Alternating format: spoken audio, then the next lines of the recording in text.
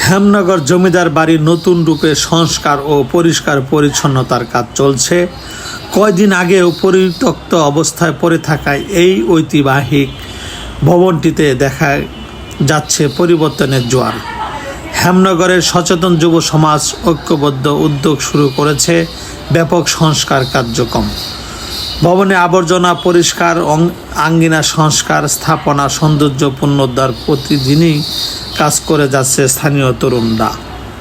তাদের এই উদ্যোগ নতুনভাবে প্রাণ ফিরে পাচ্ছে হেমনগরের ঐতিহ্যবাহী হেমনগর জমিদার বাড়ি।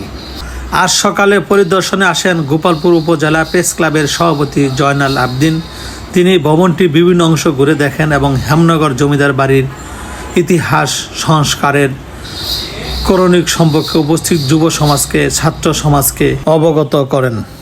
তোমরা যারা সহযোগিতা করতেছ, আমরা মনে করি যে তোমরা ইতিহাস পুনরুদ্ধার করতে, সেই ব্রিটিশ রাজত্বে যখন সামন্ত কথা প্রচলিত ছিল, সেই সময় হেমনগরকে কেন্দ্র করে, এই জমিদারি ব্যবস্থাকে কেন্দ্র করে হেমনগরে ইংলিশ মিডিয়াম স্কুল হয়েছিল, প্রাইমারি স্কুল হয়েছিল।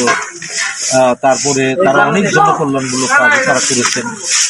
হ্যাঁ, হেমনগরকে কিন্তু এক নামে তখন সবাই চিনত। তো এই যে আমাদের পরিধানরা আমাদের গোপালপুর উপজেলায় কিন্তু স্থাপত্য ভিত্তি মানে ঐতিহাসিক প্রত্নতত্ত্ব কিন্তু নাই।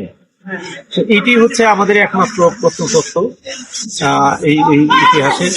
এটা যদি হারিয়ে যায় তাহলে আমাদের কিন্তু সবকিছু আমরা হারিয়ে ফেলবো। আমাদের অতীত শুধু পরিষ্কার পরিচ্ছন্ন নয়, স্থানীয়রা চান পর্যটন বান্ধব পরিবেশ তৈরি করে এই ঐতিহ্যবাহী স্থাপনাকে নতুনভাবে দেশের মানচিত্র তুলে ধরা।